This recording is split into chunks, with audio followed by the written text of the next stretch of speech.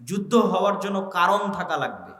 তাহলে পৃথিবীর 90% মানুষ একটা যুদ্ধে জড়িত হয়ে যাবে, তার জন্য সবচেয়ে বড় কারণ হচ্ছে মসজিদে আকসা। যেই সমস্ত আল মালহামা আল কুবরার কথা রাসূলুল্লাহ সাল্লাল্লাহু আলাইহি ওয়াসাল্লাম বলেছেন যে কিয়ামতের পূর্ব মুহূর্তে এমনও যুদ্ধ হবে যে একটা পাখি উঠতে উঠতে ক্লান্ত হয়ে যাবে লাশের উপর দিয়ে। কারো যদি 100 সন্তান থাকে তাহলে 99টা সন্তান মারা যাবে। লাশের উপর দিয়ে উঠতে উঠতে পাখি ক্লান্ত হয়ে লাশের উপরেই পড়ে যাবে। তথা পৃথিবীর 90% মানুষ এই যুদ্ধে অংশগ্রহণ করবে। এই যুদ্ধ একমাত্র মসজিদ আকসাকে কেন্দ্র করেই হতে পারে, একমাত্র জেরুজালেমকে কেন্দ্র করে হতে পারে। কেন? এখানে কারণ আছে। কারণ এটাই যে আপনি আজকে আমেরিকাকে প্রস্তাব দেন যে আপনাদেরকে আমরা মুসলমানেরা সারা দুনিয়া দিয়ে দিতে চাই, শুধু মসজিদ আকসা আমাদের দিতে হবে, তারা রাজি হবে না। জেরুজালেম আমাদের দিতে হবে, রাজি হবে না। আপনি ইহুদিদের বলেন যে তোমাদের জন্য আমরা নতুন একটা জান্নাত বানিয়ে দেব ইউরোপ আমেরিকার মধ্যে, তোমরা যাও সেখানে। এখানে কেন এসেছো? তারা এখানে এসেছে ধর্মীয় কারণে। আর আমরা সমাধান করতে যাচ্ছি পলিটিক্যাল, জাতীয়তাবাদী অথবা ধর্মনিরপেক্ষতাবাদী চেতনা দিয়ে নাকি মসজিদ আকসা উদ্ধার হবে। আর এই বিষ বাষ্প ফিলিস্তিনিদের মধ্যে ঢুকিয়ে দিয়েছে যে তোমরা জাতীয়তাবাদী চেতনায় আর ধর্মনিরপেক্ষতাবাদী চেতনায় চেষ্টা করো, তাহলে মসজিদ আকসা তোমাদের উদ্ধার হবে। বাবা, যারা মসজিদে আকসা জেরুজালেম দখল করেছে তারা জাতীয়তাবাদী চেতনাতেও দখল করেনি, ধর্মনিরপেক্ষতাবাদী চেতনাতেও দখল করেনি। তারা শুধুই শুধু সির্ফ ধর্মীয় চেতনা থেকে মসজিদে আকসা এবং জেরুজালেম দখল করেছে এবং এখনো অপেক্ষায় আছে কখন এই মসজিদে আকসা ভেঙ্গে এই মসজিদে আকসাতে ইহুদিদের জন্য সিনাগগ তৈরি করা হবে। সেই দিন এখনো আসেনি, তারা সেটার অপেক্ষা, তাদের টার্গেট হচ্ছে ওইটা। সম্মানিত উপস্থিতি, আর আমরা মুসলমানেরা সমাধান করতে চাচ্ছি এটা ধর্মনিরপেক্ষতা বাদ দিয়ে, জাতীয়তাবাদ দিয়ে। আচ্ছা, এই দীর্ঘ আলোচনার প্রথম সামারি পয়েন্ট কি? প্রথম সামারি পয়েন্ট হচ্ছে মসজিদে আকসা আপনার হাতে নাই মানে আপনি রাজনৈতিকভাবে পরাজিত। গোটা মুসলিম উম্মাহ, গোটা মুসলিম বিশ্ব রাজনৈতিকভাবে পরাজিত। মসজিদে আকসা জেরুজালেম আপনার হাতে নাই মানে আপনার উপর দিয়ে এখন আল্লাহর আযাব এবং গজব প্রবাহিত হচ্ছে। মসজিদে আকসা মুসলমানদের হাতে নাই মানে মুসলমানদের উপর দিয়ে কি প্রবাহিত হচ্ছে বলেন তো? আল্লাহর আযাব এবং গজব। যে উম্মতে মুহাম্মাদি যে এখন আযাব এবং গজবের হালতে আছে, অবস্থায় আছে, এটা বুঝবে কোথায় থেকে? দেখবে মসজিদে আকসা হাতে নাই। কেন? মক্কা আর মদিনা কোনোদিন হাতছাড়া হবেই না। আমি বলেছি মক্কা মদিনার দরজা ফিতনার জন্য বন্ধ। দ্বীনে ইসলাম যখন পৃথিবীতে কোথাও থাকবে না, তখনও মদিনা এবং মক্কায় থাকবে। রাসূলুল্লাহ সাল্লাল্লাহু আলাইহি ওয়াসাল্লামের বাণী। তাহলে আপনার রাজনৈতিক বিজয়ের চিহ্ন এবং আলামত হচ্ছে মসজিদ আকসা। পুরো পৃথিবীর উপর ইসলাম এবং মুসলমানদের আধিপত্যের আলামত হচ্ছে মসজিদ আকসা। মসজিদ আকসা আপনার হাতে নাই মানে পৃথিবীতে আপনাদের আধিপত্য নাই। পৃথিবীতে আপনারা গোলামে পরিণত হয়েছেন, আমরা গোলামে পরিণত হয়েছি। পৃথিবীতে আমরা অধিকার বঞ্চিত জাতিতে পরিণত হয়েছি। আমরা আযাব এবং গজবের মধ্যে দিয়ে দিন পার করছি। তার প্রমাণ হচ্ছে মসজিদে আকসা আমাদের হাতে নাই। আল্লাহ সুবহানাহু ওয়া তাআলা রাখেননি, আমাদের আমলের কারণে, আমাদের চরিত্রের কারণে, আমাদের গুনাহের কারণে। আর আমরা এই মসজিদে আকসা ফেরত পেতে পারবো না, মিছিল আয়োজনের মাধ্যমেও ফেরত পেতে পারবো না, ফেসবুকে লেখালেখির মাধ্যমেও ফেরত পেতে পারবো না। সারা বিশ্বে কত জায়গায় মিছিল হচ্ছে তার হিসাব নাই। হার্ভার্ড ইউনিভার্সিটির ছাত্ররা মিছিল করতেছে, মুসলিম ছাত্ররা। আমি যে শহর থেকে আসলাম, ডান্ডি ইউনিভার্সিটির যারা মুসলিম সোসাইটি আছে তারাও সমাবেশ আয়োজন করেছে মসজিদে আকসার জন্য। কিন্তু প্রশ্ন এটা নয়, প্রশ্ন হচ্ছে যারা এই সমাবেশটা আয়োজন করেছে তারা কি ওই মসজিদে আকসা আবাদ করার যোগ্য? আল্লাহ কি তাদেরকে যোগ্য হিসেবে বিবেচনা করছেন? এটাই হলো প্রশ্ন। যে আপনি কি আপনার নিয়ত, আপনার ইখলাস, আপনার আমল দিয়ে মসজিদে আকসার উত্তরসূরি হওয়ার, উত্তরাধিকারী হওয়ার যোগ্য হিসেবে নিজেকে গড়ে তুলতে পেরেছেন? যে আপনার হাত দিয়ে মসজিদ আকসা বিজয় হবে। এই মসজিদ আকসা কার কার হাত দিয়ে বিজয় হয়েছে? ইউশা বিন নুনের হাত দিয়ে বিজয় হয়েছে। এই মসজিদে আকসা দাউদ আলাইহিস সালাতু ওয়াস সালামের হাত দিয়ে বিজয় হয়েছে। এই মসজিদে আকসা ওমর ইবনুল খাত্তাব রাদিয়াল্লাহু তাআলা আনহুর হাত দিয়ে বিজয় হয়েছে। এই মসজিদে আকসা সালাহুদ্দিন আল আইয়ুবির হাত দিয়ে বিজয় হয়েছে। তাদের এই বিজয়ের ঘটনাগুলো পড়েন, তাদের আমল, আখলাক, চরিত্র, আকীদা, বিশ্বাস দেখেন যে আল্লাহ সুবহানাহু ওয়া তাআলা কেন, কিভাবে তাদেরকে এই বিজয় দান করেছিলেন। আর আমরা কোন জায়গায় আছি যে আমরা ওই জায়গা থেকে বঞ্চিত এবং আল্লাহর আযাব এবং গজবের শিকার আমরা। সম্মানিত উপস্থিতি, আজকে আমরা মুসলমানেরা যে কঠিন এবং ভয়াবহ অবস্থার মুখোমুখি, এই কঠিন এবং ভয়াবহ অবস্থার চাইতেও কঠিন এবং ভয়াবহ অবস্থা মুসলমানদের ইতিপূর্বে গেছে, এর চাইতেও কঠিন আর ভয়াবহ। সেটাই আপনাদেরকে শোনানোর জন্য সংক্ষিপ্ত একটা সামারি দেই। সেই সংক্ষিপ্ত সামারি হচ্ছে, মুসলমানেরা মাত্র 200 থেকে 300 বছরের মধ্যে যত যত বড় বড় ঝড় মোকাবেলা করেছে, এত বড় ঝড় তারপরে এখন পর্যন্ত আর মোকাবেলা করেনি। এই ঝড়গুলো কি কি? 3টে ঝড়। এক, ক্রুসেডারদের ঝড়, যারা মসজিদে আকসা নিয়ে চলে গেছিল। 2, মঙ্গোলীয়দের ঝড়, যারা বাগদাদে লক্ষ লক্ষ মুসলমানকে জবাই করেছিল, মুসলমানদের খালিফাকে পর্যন্ত জবাই করেছিল, আব্বাসীয় খেলাফতের পতন ঘটিয়েছিল। কর্ডোভা, গ্রানাডা এবং স্পেনের পতন। সুকুত আন্দালুস, আন্দালুসের পতন, স্পেন, কর্ডোভা, গ্রানাডার পতন। 3টে। এই 3টার মধ্যে এখন 2টা চলমান আছে। আপনারা শুধু মসজিদে আকসার কথা জানেন, কর্ডোভার জামে মসজিদের কথা জানেন না। আল্লাহ সুবহানাহু ওয়া তাআলা আমাদেরকে মসজিদে আকসায় যাওয়া থেকে বঞ্চিত রেখেছে।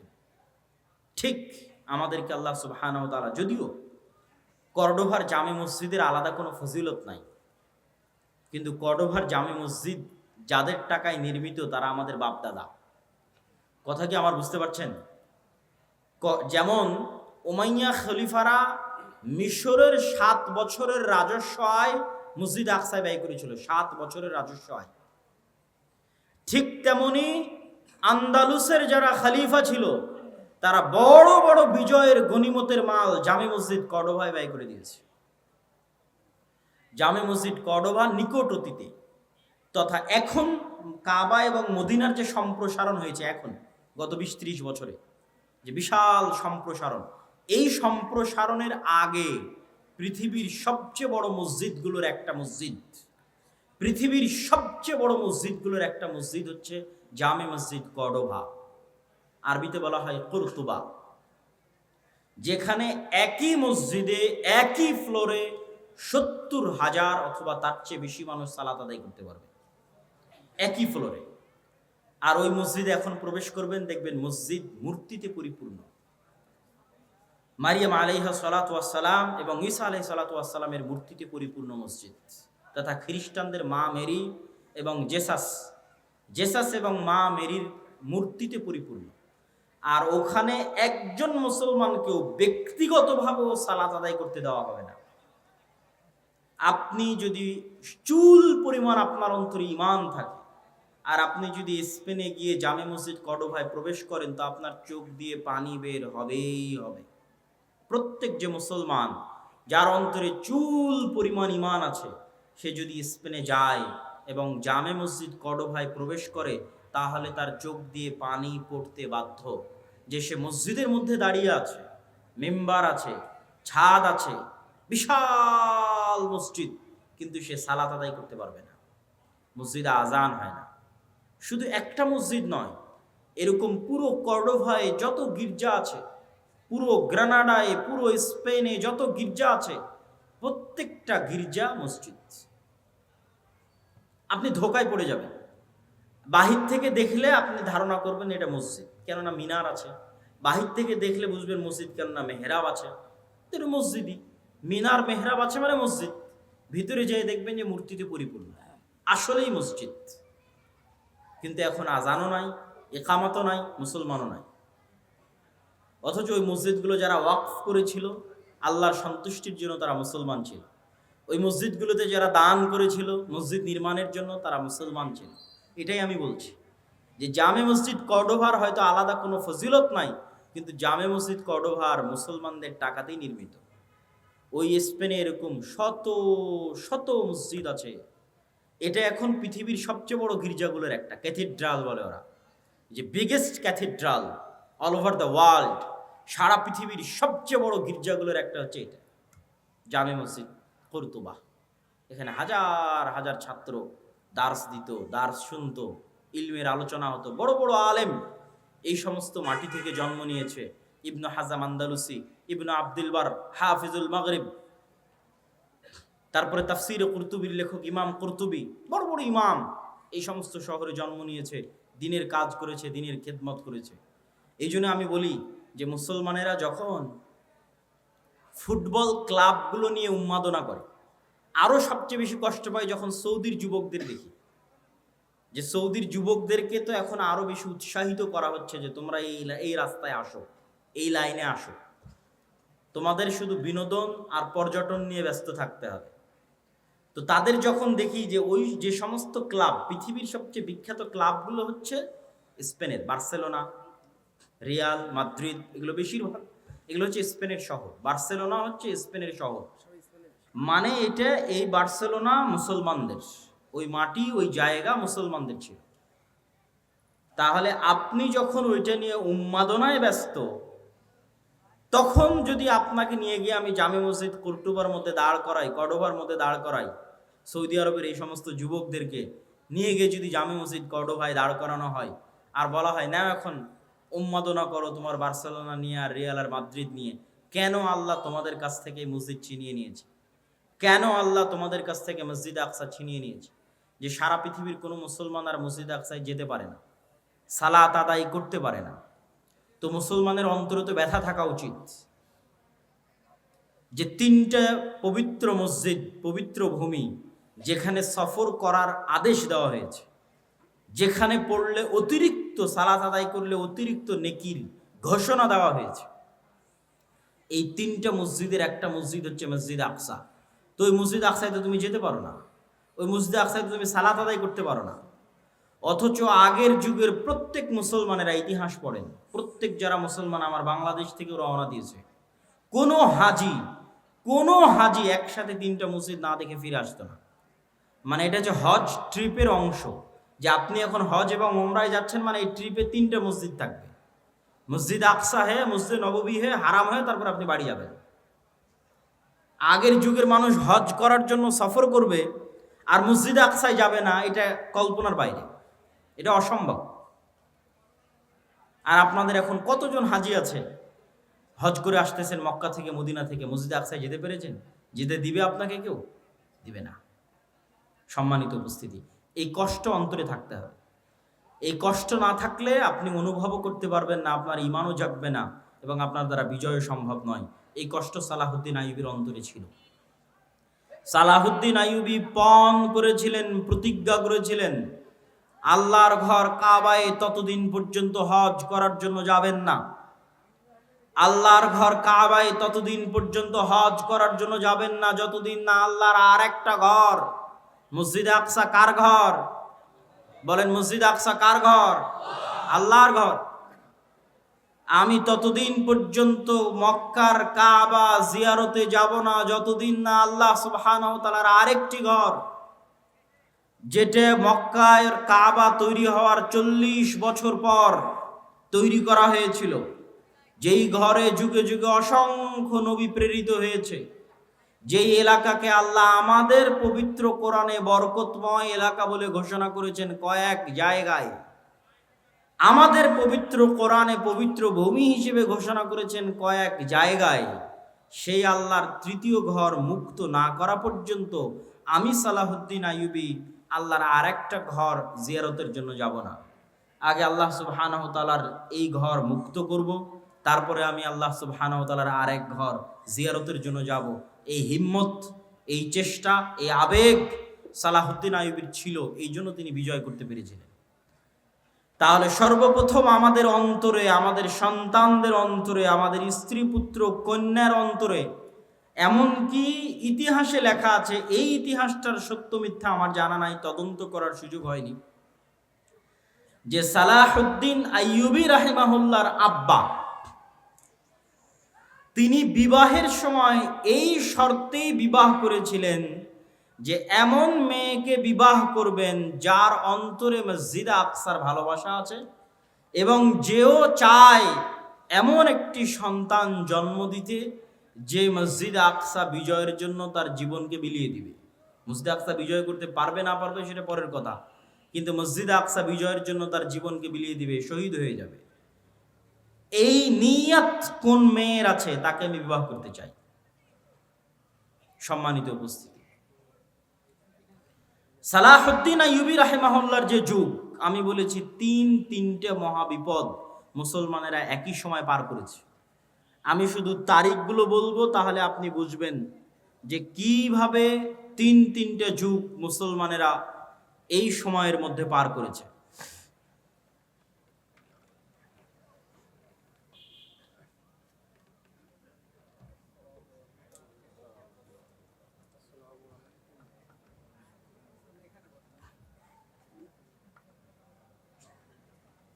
আমরা যদি 1000 খ্রিস্টাব্দ অথবা 1100 খ্রিস্টাব্দকে শুরু ধরি আর 1400 খ্রিস্টাব্দকে বা 1400 খ্রিস্টাব্দের মাঝামাঝি পর্যন্ত শেষ ধরি, তাহলে এই 300 বছর, 1100 থেকে 1400, এই 300 বছরে মুসলমানদের উপর পৃথিবীর সবচেয়ে বড় বড় কয়েকটা বিপদ গেছে। তার মধ্যে 1, মসজিদে আকসা হারিয়ে ফেলা। 2, মসজিদ আকসা কাদের হাতে মুসলমানেরা হারিয়ে ফেলেছিল? ক্রুসেডারদের হাতে। ক্রুসেডাররা এসেছিল কোথায় থেকে? ইউরোপ থেকে, ইতালি থেকে, ফ্রান্স থেকে, জার্মানি থেকে ক্রুসেডাররা এসেছিল। 2, বাগদাদের আব্বাসীয় খেলাফতের পতন কাদের হাতে হয়েছিল? মঙ্গোলীয়দের হাতে। মঙ্গোলীয়রা এসেছিল কোথায় থেকে? চায়নার পার্শ্ববর্তী দেশ মঙ্গোলীয় থেকে, যাদেরকে পৃথিবীর কোনো যুদ্ধে কেউ পরাজিত করতে পারেনি। স্রোতের মতো তারা এক এক শহর থেকে আর এক শহর বিজয় করতে করতে করতে করতে বাগদাদকে মাটির সাথে মিশিয়ে দিয়ে তারপরে তারা ক্ষান্ত হয়েছে। এবং ওই সময়ের আলেম ওলামারা লিখেছে যে এরা ইয়াজুজ মাজুজ। ওই সময়ের আলেম ওলামারা সন্দেহে পড়ে গেছিলেন যে ইয়াজুজ মাজুজ হয়তো এরাই। এইভাবে একের পর এক মুসলিম শহর এলাকা, কোথায় চায়না, এখান থেকে শুরু করলে Uzbekistan, Kyrgyzstan, Kazakhstan, Samarkand, বোখারা, Nishapur, Iran, Iraq, তারপরে ইন্ডিয়ার সাইডের কিছু অংশ, আফগানিস্তান, পাকিস্তান, এগুলো সব বিজয় করতে করতে ইরাকের রাজধানী, তৎকালীন আব্বাসীয় খেলাফতের রাজধানী বাগদাদ পর্যন্ত বিজয় করেছে।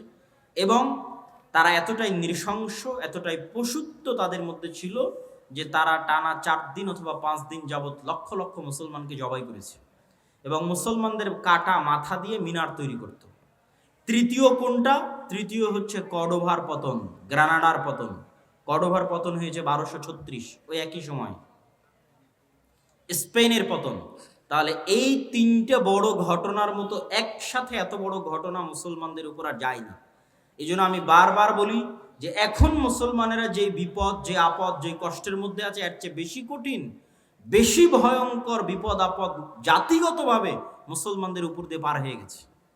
তা হচ্ছে এই 200-300 বছর ক্রান্তিকাল, ইসলাম এবং মুসলমানদের ক্রান্তিকাল।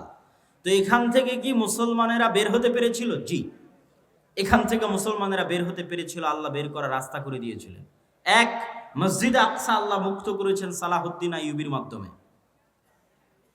সালাহুদ্দিন আইয়ুবীর মাধ্যমে মসজিদে আকসা মুক্ত করার যুদ্ধ ছিল হিত্তিনের যুদ্ধ। সালাহুদ্দিন আইয়ুবী মসজিদে আকসা মুক্ত করার জন্য কয়েকটা পয়েন্টে কাজ করেছেন। এই পয়েন্টগুলো খুবই গুরুত্বপূর্ণ। তার মধ্যে 1 নম্বর পয়েন্ট হচ্ছে গোটা মুসলিম এলাকা মুনাফিকে পরিপূর্ণ হয়ে গেছিল। সব আমির ওমারারা মুনাফিক। খ্রিস্টান ক্রুসেডারদের নারী এবং টাকার কাছে বিক্রি হয়ে যেত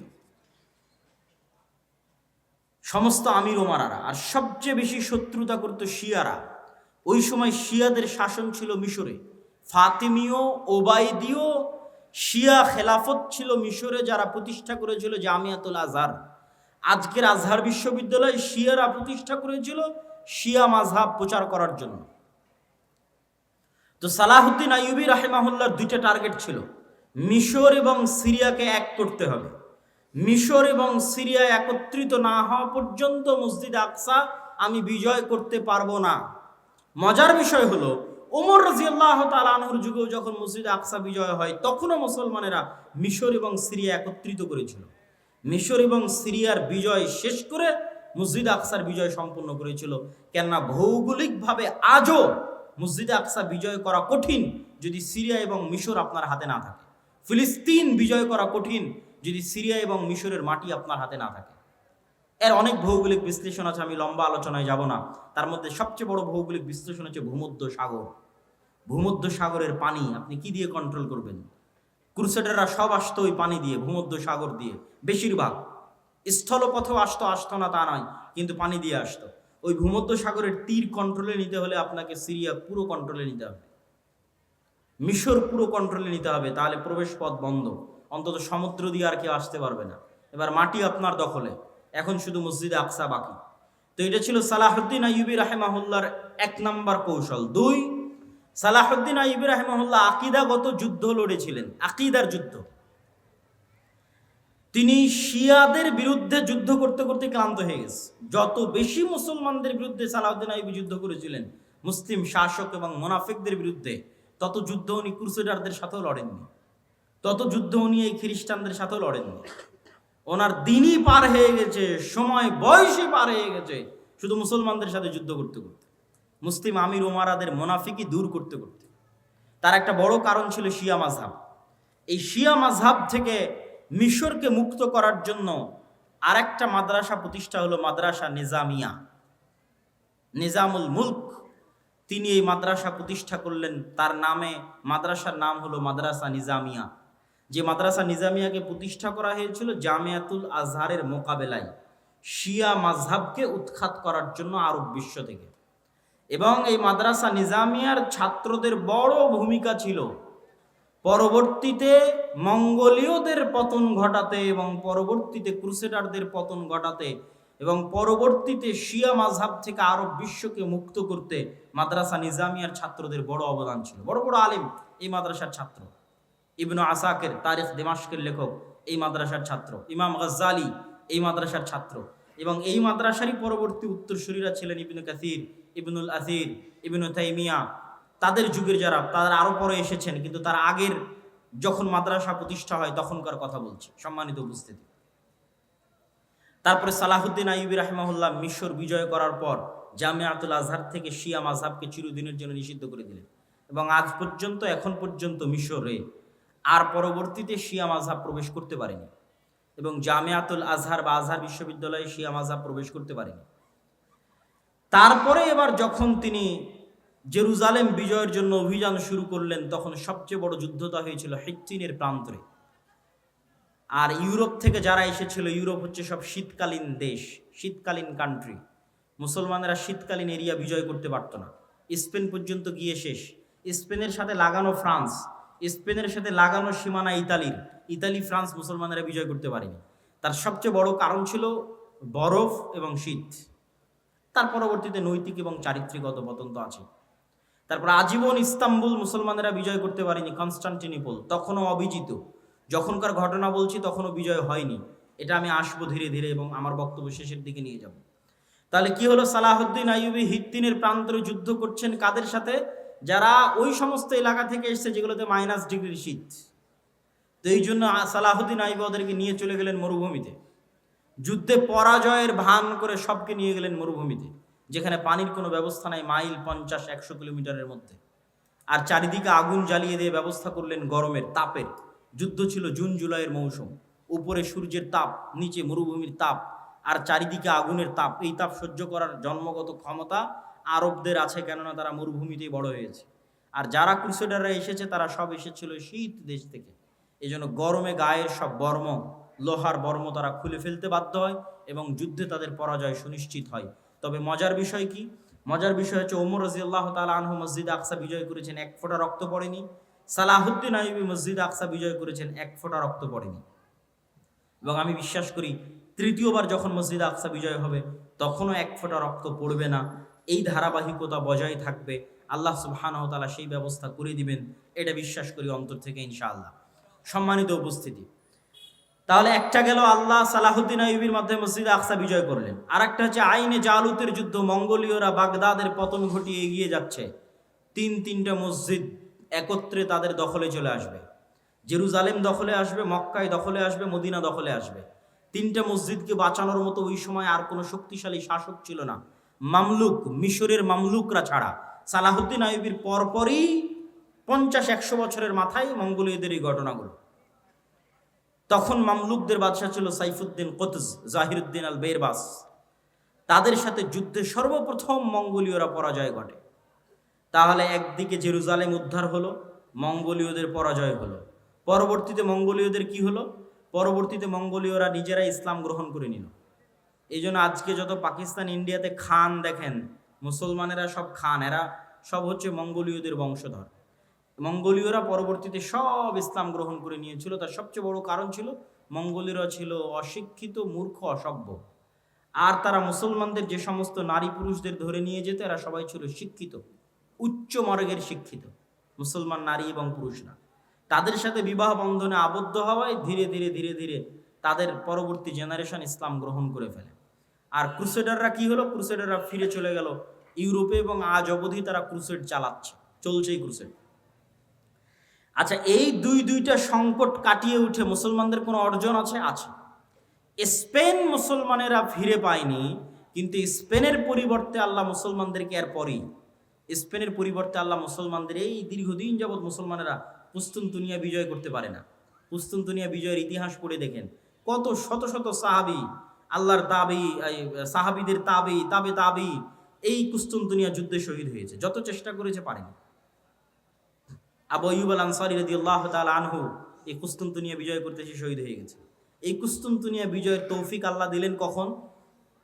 ক্রুসেডারদের হাতে মসজিদ আকসা হারানোর পরে, আবার মসজিদ আকসা ফিরে পাওয়ার পরে।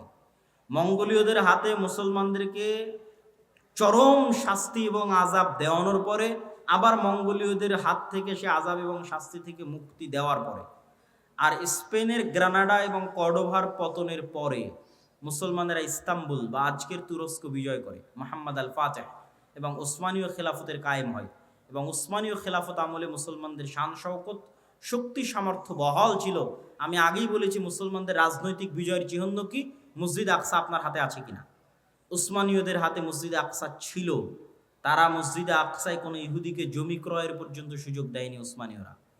কেন? ইহুদিদের ব্রেন ছিল খুব শার্প। তারা আগে জমি ক্রয় করে সেখানে তাদের বসতি স্থাপন করতে চাচ্ছিল উসমানীয় খেলাফতের শেষ আমলে। আজ আমরা এই বিপদে কেন? আজ আমরা এই বিপদে আছি, তার সবচেয়ে মূল কারণ হচ্ছে ঔপনিবেশিক শাসন আমল, কলোনিয়াল সিস্টেম। পৃথিবীর প্রায় সব মুসলিম দেশই, দুই একটা বাদ দিয়ে, প্রায় সব মুসলিম দেশই ইস্তেমার, আরবিতে বলে ইস্তেমার, বাংলায় বলে উপনিবেশ, ইংরেজিতে বলে কলোনি।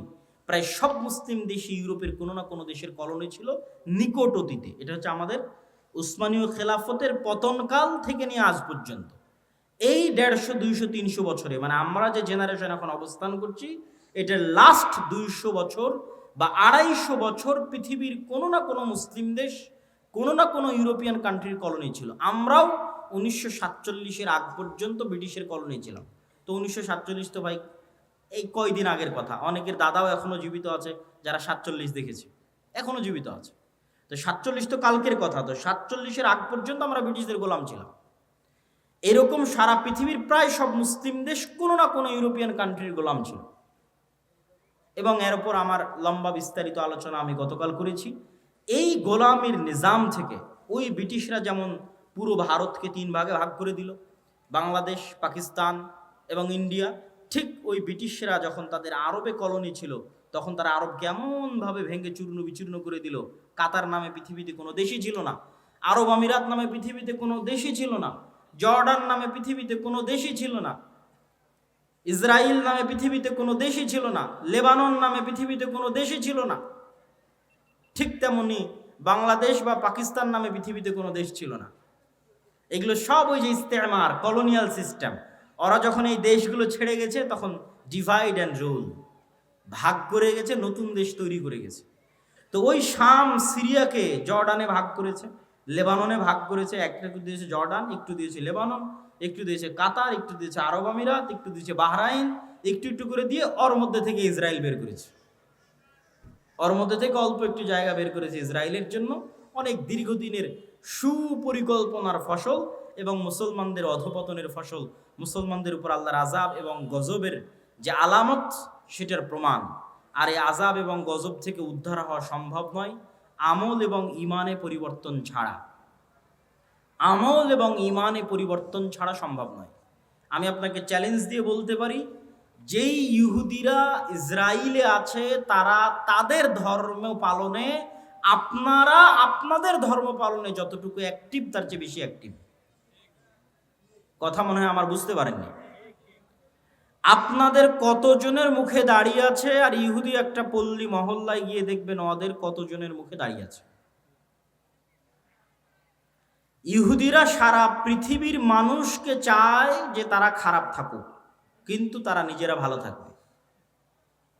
সারা পৃথিবীর মানুষ মদ খেলে, জুয়া খেললে তাদেরকে গোলাম বানানো সহজ, কিন্তু তাদের সন্তানেরা যদি জুয়া খেলে, মদ খায়, তাহলে তারা পৃথিবী শাসন করতে পারবে না। এই জন্য এটা তাদের এজেন্ডা যে তাদের সন্তানেরা মদ, জুয়া, ফ্রি ফায়ার, পাবজি খেলবে না, কিন্তু তারা পৃথিবীতে এমন সিস্টেম তৈরি করবে যে মুসলমানের সন্তান জন্ম হওয়ার পর থেকে মদ, জুয়া, আড্ডা, গাঞ্জা, ফ্রি ফায়ার, পাবজি নিয়ে পড়ে থাকবে। তাহলে এরা হবে কি, এদের অবস্থা হবে গরু ছাগলের মতো। কেননা যে নেশাখোর, যে জুয়াখোর, সে গরু ছাগল। তার পৃথিবীতে কেন, বাড়ি, দেশে কেন, এলাকায় কেন, বাড়িতে পর্যন্ত শাসন ক্ষমতা কায়েম করতে পারবে না। একটা জুয়াখোর, একটা মদখোর কি বাড়িতে শাসন চালাতে পারবে? পারবে না। তো যে জুয়াখোর, মদখোর বাড়িতে শাসন চালাতে পারবে না, ও কুশ্চিন কালো মসজিদে আকসা বিজয় করতে পারবে না। যে ফ্রি ফায়ার, পাবজিতে ব্যস্ত আছে, ও বাড়ি চালাতে পারবে না, তো মসজিদে আকসাকে মেরে বিজয় করবে। তো কিন্তু ইহুদিরা তাদের সন্তানকে জন্মের পর থেকে বলবে পড়ো পড়ো পড়ো পড়ো, জ্ঞান অর্জন করো, বড় হও, পৃথিবী শাসন করতে হবে, অস্ত্র বানাও, জ্ঞান বিজ্ঞানে ব্যস্ত থাকো, আর গোটা আরব বিশ্বকে ব্যস্ত রাখো পর্যটন আর বিনোদনে। দুবাই আর কাতারকে ব্যস্ত রাখো ফুটবল বিশ্বকাপে, আর ফুটবল বিশ্বকাপ আয়োজন করা আর এগুলো খেলাধুলা নিয়ে পড়ে থাকা যদি খুবই ভালো হতো, তাহলে ইসরায়েলই আগে থাকতো। কথা বুঝতে পেরেছেন? ইসরায়েল কিসে সবার আগে? অস্ত্র বানাও, অস্ত্র কিনো, এটাতে সবার আগে, জ্ঞান বিজ্ঞানে সবার আগে। আর ওর পাশের যে মুসলিম দেশগুলো আছে, ওরা কিসে আগে? ওরা হচ্ছে পর্যটনের জন্য বানাও, বিনোদনের জন্য বানাও, টাকা অঢেল, কিন্তু সব খরচ করছে পর্যটন বিনোদনে। এই জন্য আল্লাহর গজব আরো কন্টিনিউ হচ্ছে, আরো দীর্ঘস্থায়ী হচ্ছে। এই গজব থেকে মুসলমানদের বের হতে হলে দ্বীনে ফিরে আসতে হবে।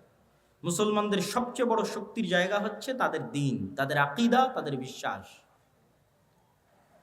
সারা পৃথিবীতে তারা শিখিয়েছে যে তোমরা সন্তান কম নাও, আর কোনো ইহুদি ফ্যামিলি পাবেন না যেখানে 6টা 7টা করে বাচ্চা নাই, পাবেন না। আপনি নিজে আজকে তদন্ত করতে পারেন, কেন এরা পৃথিবীর খুবই রহস্য ঘেরা একটা জাতি। এদের বিষয়ে কোনো তথ্য পাবেন না, এদের বিষয়ে গবেষণা করতে গেলে আপনি দেখা যাচ্ছে আউট হয়ে যাবেন পৃথিবী থেকে। অত্যন্ত রহস্য ঘেরা একটা জাতি, অনেক অল্প সংখ্যক। কিন্তু যদি আপনার পক্ষে সম্ভব হয়, বিশেষ করে যে সমস্ত মুসলমান ভাইয়েরা ইউরোপে আছেন, তারা ইহুদি পল্লীগুলোতে গিয়ে দেখবেন তাদের কয়টা করে সন্তান। আর তাদেরই এনজিওগুলো আপনার মুসলিম এলাকায় গিয়ে বলতেছে তোমাদের সন্তান কমাও। এই জন্য তারা টার্গেট করে, ইচ্ছা করে ফিলিস্তিন, গাজায় শিশুদেরকে হত্যা করতেছে। ঠিক যেমন ফেরাউন বানু ইসরায়েলের শিশুদেরকে হত্যা করত।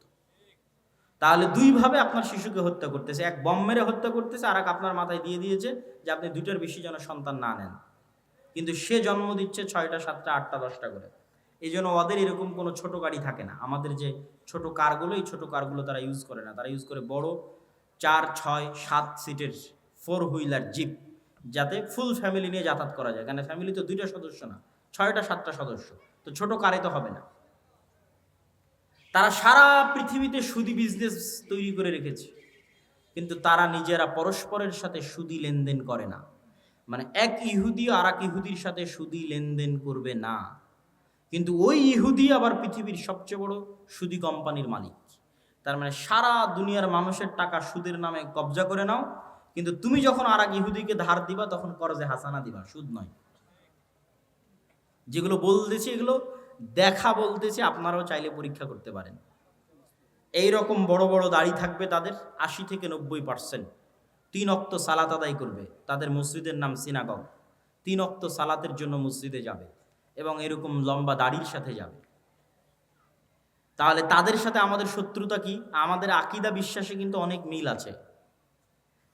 খ্রিস্টানেরাও অপেক্ষায় আছে একজন মাসিহ আসবে, ইহুদিরা অপেক্ষায় আছে একজন মাসিহ আসবে, আমরাও অপেক্ষায় আছে একজন মাসিহ আসবে। তাহলে আকীদায় মিল হলো না ভাই? আকীদায় মিল আছে। আর মাসিহ তো আসবেই, ঈসা মাসিহ। কিন্তু কার জন্য উদ্ধারকারী হয়ে আসবেন সেটাই হলো প্রশ্ন। খ্রিস্টানদের জন্য উদ্ধারকারী হয়ে আসবেন, না মুসলমানদের জন্য উদ্ধারকারী হয়ে আসবেন, না ইহুদিদের জন্য উদ্ধারকারী হয়ে আসবেন?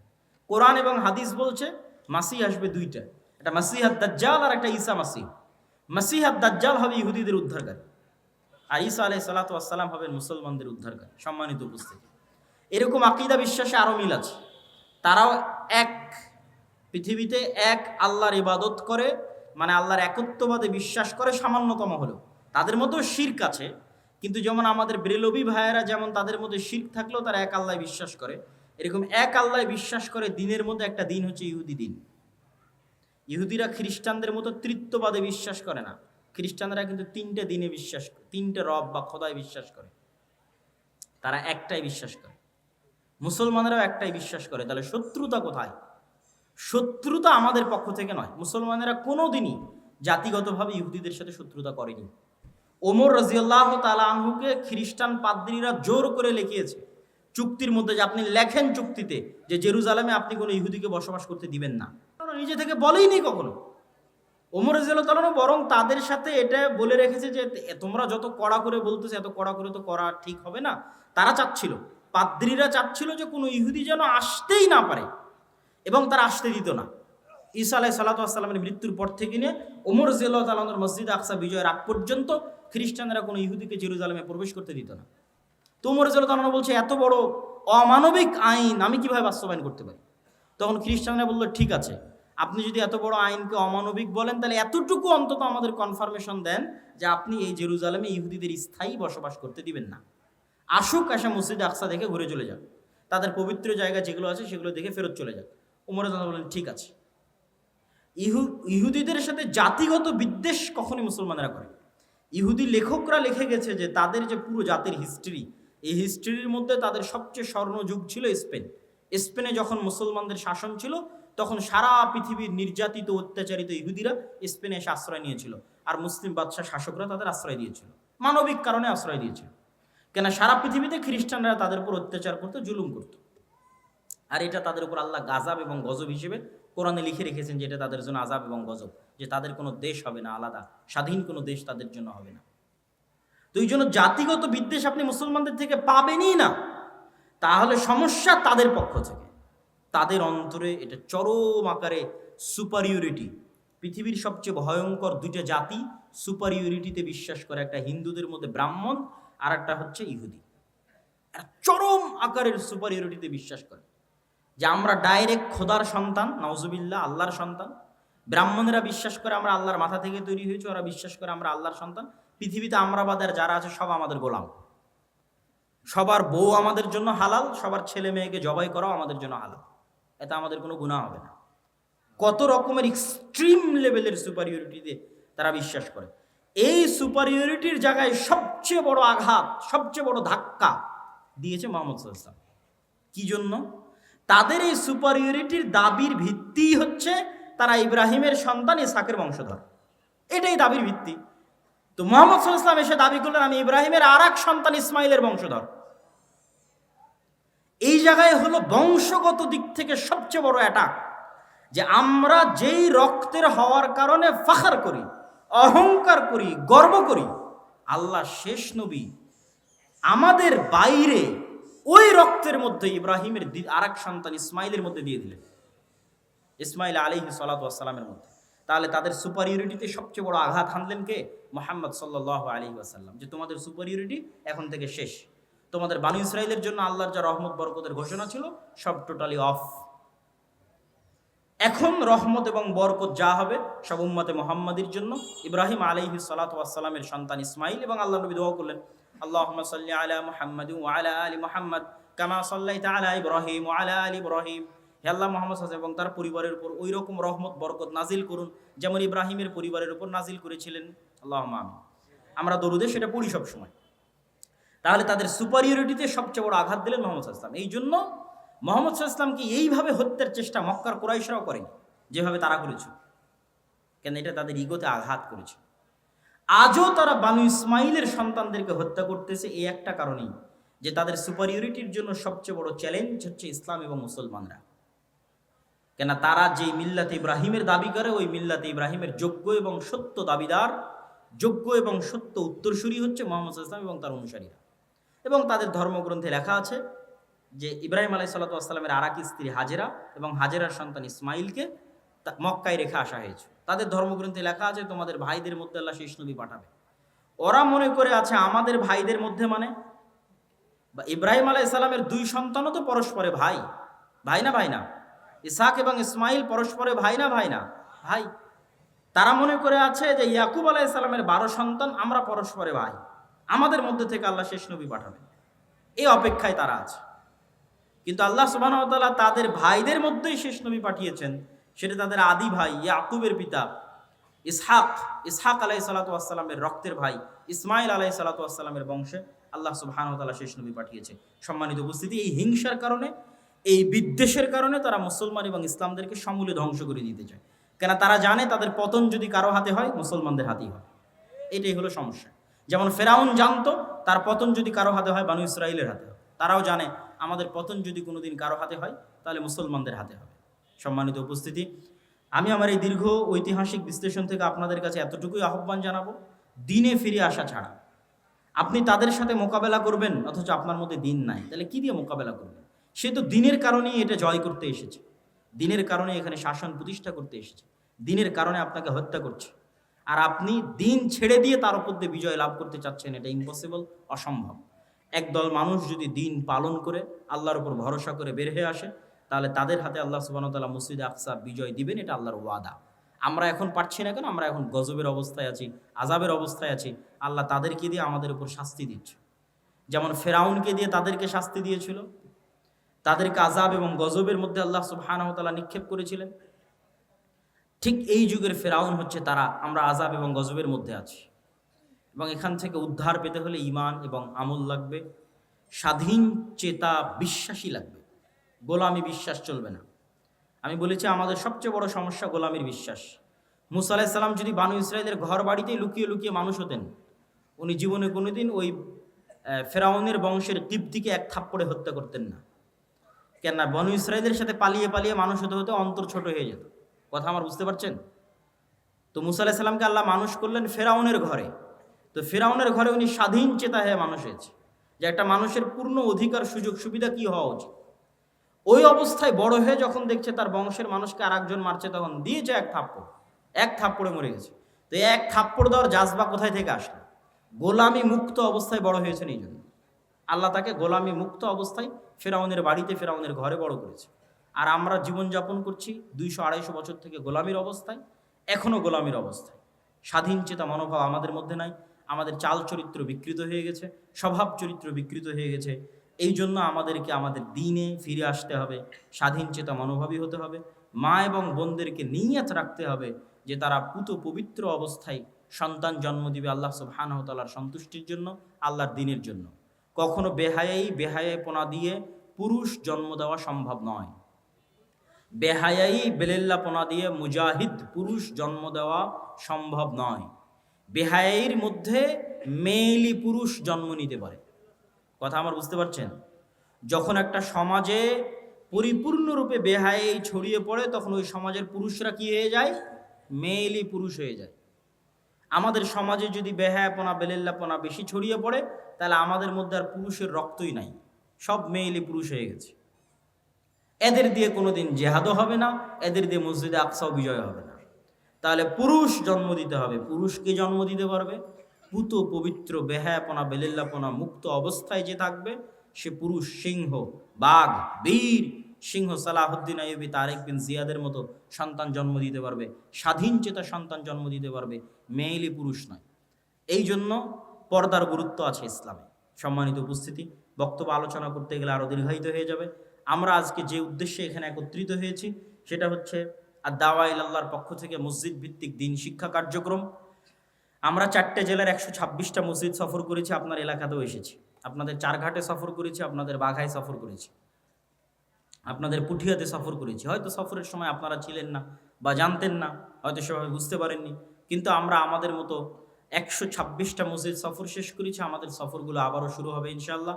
এবং 200 থেকে 250টার মতো মসজিদে আমাদের মসজিদ ভিত্তিক দিন শিক্ষা, মক্তব শিক্ষা কার্যক্রম পরিচালিত আছে। আমরা চাই যে মুসলমানের সন্তানেরা 2 থেকে 2.5% মাদ্রাসায় যায়, বাকিরা মাদ্রাসায় যায় না। তাদেরকে আজকের এই একদিনের বক্তব্য দিয়ে দিন শেখানো সম্ভব? এখানে আপনারা যতজন আছেন তাদেরকে আজকে আমি পূর্ণ দিন শিখিয়ে দিতে পারবো? পারবো। এখানে শত শত স্কুল কলেজের ছাত্র আছে, এদেরকে আজ আধা ঘন্টা 1 ঘন্টা বক্তব্য দিয়ে কি দিনের জ্ঞান দিব? তাদেরকে দিনের জ্ঞান দিতে পারবো যদি এই অঞ্চলের সব মসজিদে দিন শিক্ষার শক্তিশালী ব্যবস্থা, মসজিদে দিন শিক্ষার ব্যবস্থা তৈরি হয়। এই জন্য প্রত্যেক মসজিদ কমিটির প্রতি আমাদের উদাত্ত আহ্বান থাকবে, আমাদের সাথে হোক, আমাদের আলাদা হোক, আমাদের সিলেবাস অন্তত রেডি। আপনি আমাদের সিলেবাসটা অন্তত আপনার মসজিদে মক্তবে চালু করুন। মক্তবগুলোকে তদারকির দায়িত্ব আমাদেরকে দিন। আপনি তদারকি করতে পারছেন না, আপনি শুধু মসজিদের ইমামের, আপনার মসজিদে যে চলমান মক্তব আছে সেই চলমান মক্তবটাই আমরা তদারকি করে চাঙ্গা করে দেব। আমাদের তদারকি করার সিস্টেম আছে, আমাদের সিলেবাসের সিস্টেম আছে, প্রশিক্ষণের সিস্টেম আছে। সুতরাং প্রত্যেক মসজিদ কমিটির প্রতি উদাত্ত আহ্বান থাকবে যে আপনারা দাওয়া ইলাল্লাহর অধীনে আপনাদের মসজিদগুলোতে মক্তব শিক্ষা, দিন শিক্ষার ব্যবস্থা করুন। মুসলমানের প্রত্যেক সন্তানের কাছে দিনের জ্ঞান পৌঁছে দিতে আমাদেরকে সহযোগিতা করুন। এটা বাংলাদেশে ব্যতিক্রমধর্মী প্রথম প্রজেক্ট, যা আল জামিয়া সালাফের অধীনে পরিচালিত হচ্ছে আর দাওয়া ইলাল্লাহ নামে। আমরা চাই প্রতিটি মসজিদ হোক দিন শিক্ষার প্রথম পাঠশালা। বাংলাদেশের কোনো মসজিদ যেন দিন শিক্ষা থেকে বিরত বা মুক্ত বা আলাদা না থাকে। আমার মাধ্যমে হোক, আমাকে ছাড়া হোক, মসজিদে দিন শিক্ষার ব্যবস্থা থাকতে হবে। এই নিয়ে আমরা দাওয়াত নিয়ে মসজিদে মসজিদে যাচ্ছি, আপনাদের বাড়িতে বাড়িতে এসেছি এবং আজকেও আপনাদের এলাকায় এসেছি ওই একই উদ্দেশ্য নিয়ে। আজকের প্রোগ্রামও আমরা একই উদ্দেশ্য নিয়ে দিয়েছি। সম্মানিত উপস্থিতি, তো এই মসজিদ ভিত্তিক দিন শিক্ষা কার্যক্রমকে শক্তিশালী করার লক্ষ্যে আমি